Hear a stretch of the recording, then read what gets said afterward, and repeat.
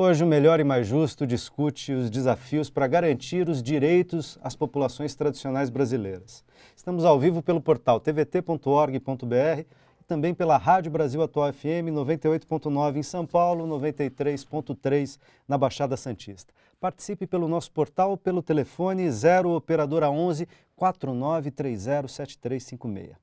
Nessa conversa estão aqui comigo Emerson Guarani Inhandeva, cientista social e Guarani, Benedito Prezi, antropólogo e coordenador do programa Pindorama da PUC São Paulo, e André Augusto Bezerra, conselheiro da Associação Juízes para a Democracia.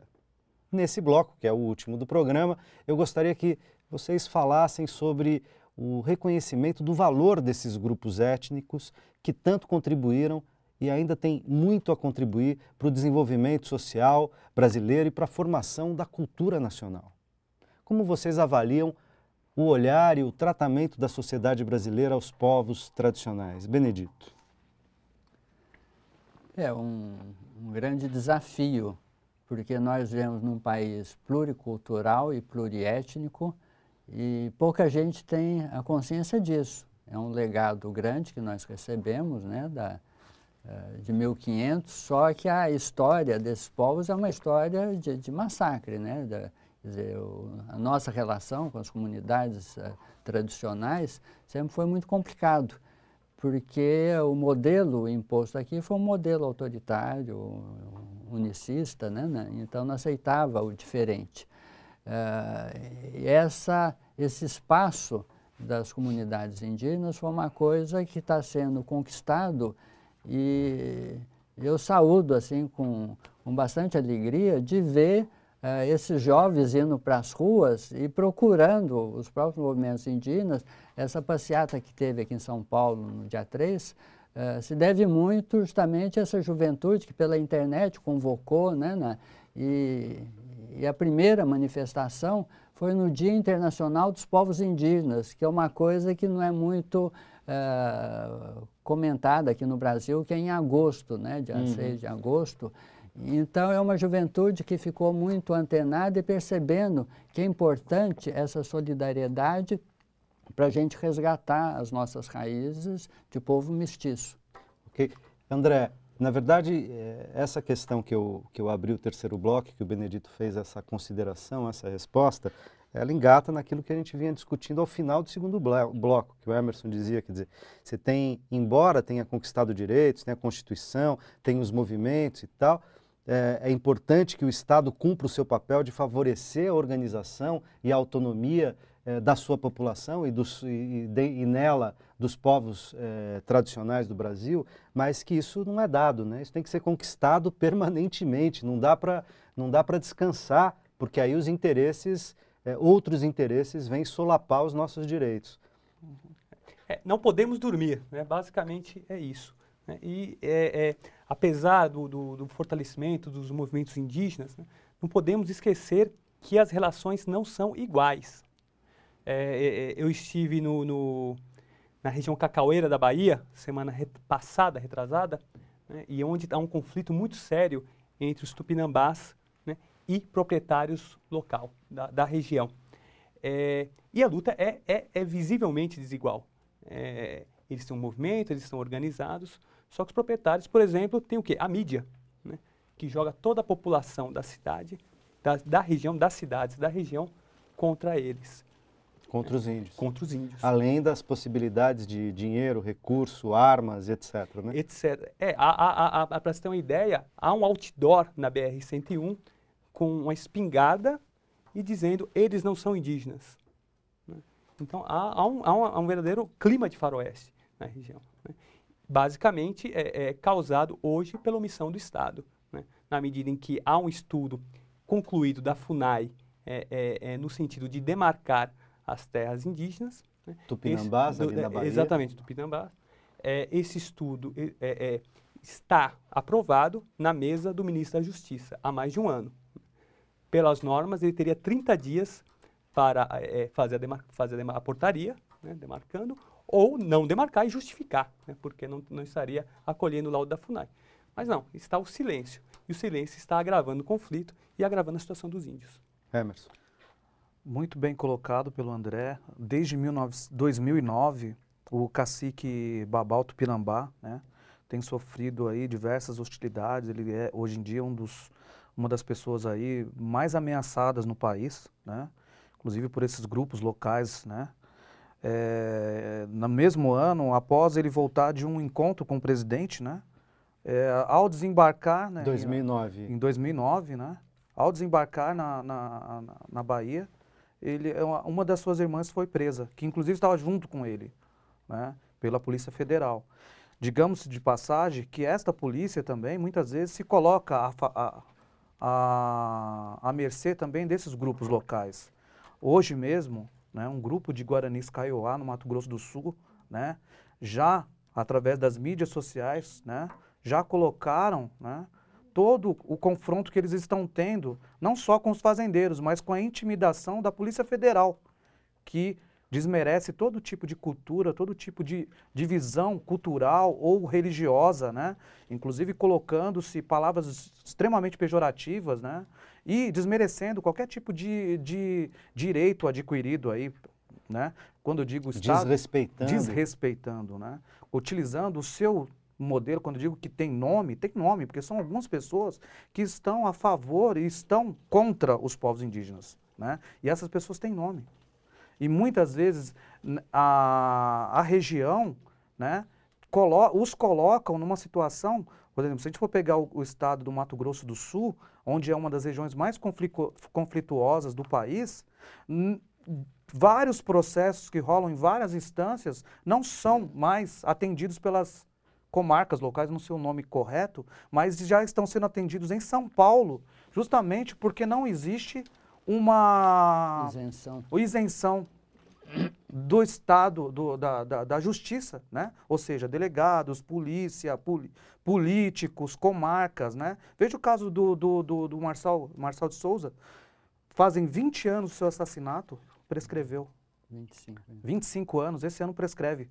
Sem nenhum assassino atrás das grades. O processo prescreveu sem se tomar nenhum tipo de decisão judicial a favor dos povos indígenas. Isso desmerece. Então, quer dizer, entra esse estado de exceção onde você utiliza a bandidagem, né, a malandragem, que está em várias instâncias do nosso país, né, e que se utiliza, inclusive, quando eu chamo de bandeirismo, né, do século XXI. São assassinatos mesmo, frequentes. Só no ano de 2000, nos últimos 12 anos, mais de 300 indígenas do Guarani Kaiowá se suicidaram, justamente por não ter mais nenhum tipo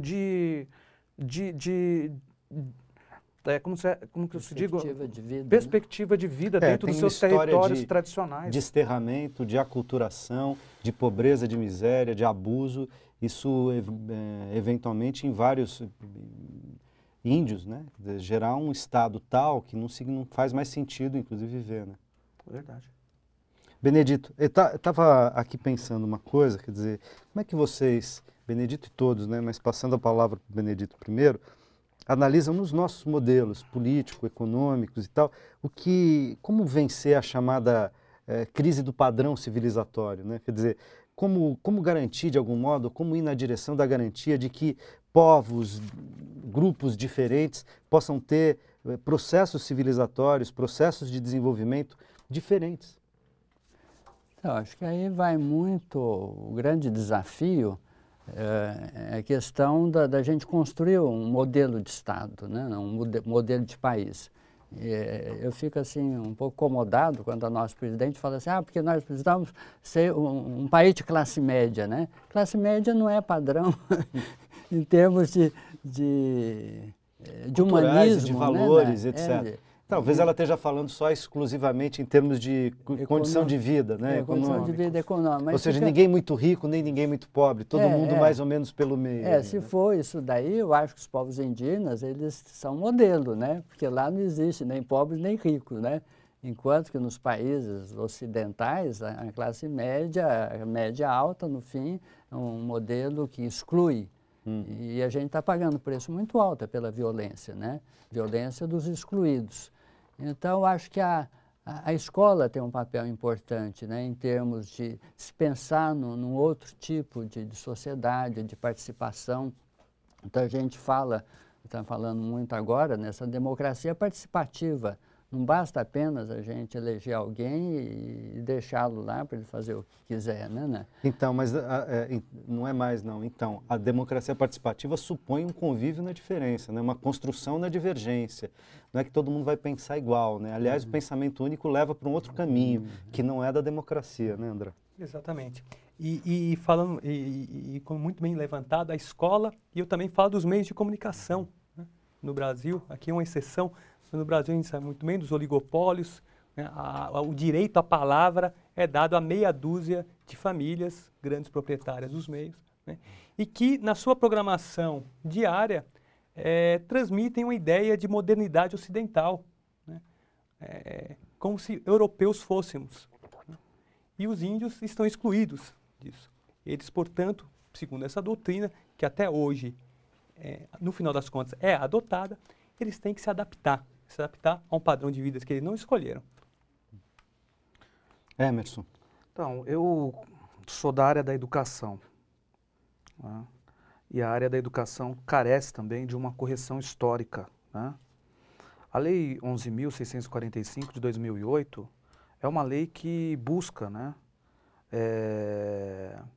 corrigir, né, um modelo adotado ocidental, né, que é você começar a trabalhar valores culturais, né, que seja aí culturais do povo indígena brasileiro, ou seja, qual é a sua presença, a sua visão, né, histórica, tanto na área política, social, a de economia, né, e também a questão dos negros, porque se o povo brasileiro, na verdade, desconhece a sua real história, e ao desconhecer a sua real história, né, que existem aí nos livros, né, que hoje estão aí sendo adotados em vários estados, ou podemos dizer em todo o país, né, é que desfavorece as questões indígenas e as questões do negro no Brasil. Então, ao desfavorecer as maiores vertentes da nossa realidade, né, nós acabamos não trazendo aliados para a nossa... Porque quem deve ser o grande movimento social do século XXI e daqui para frente é a formação. Educação. A educação. Eu não sei se eu concordo integralmente com o que você acabou de falar, embora concorde em parte, eu acho que é o seguinte, quer dizer, não se trata de pensar o que é mais importante ou não. É verdade, é bem verdade, quer dizer, que a colonização branca europeia, né, das Américas e de outras partes do mundo, ela foi genocida, ela foi brutal, ela foi violenta, etc. Bom, mas de todo modo ela se instalou. Somos também, de algum modo, a cultura brasileira é filha dessa grande miscigenação, indígena, negra, branca, amarela, etc. Né? Então, trabalhar nessa multiplicidade, sem necessariamente estabelecer hierarquias, mas tentando construir justiça, me parece que é talvez um caminho possível de construção. O que você acha, Benedito? Então, acho que é importante a gente criar redes, né? Quer dizer, esse termo hoje é um pouco assim questionado, né? Mas muitas vezes nós ficamos meio surpresos que os excluídos não conseguem se articular, né?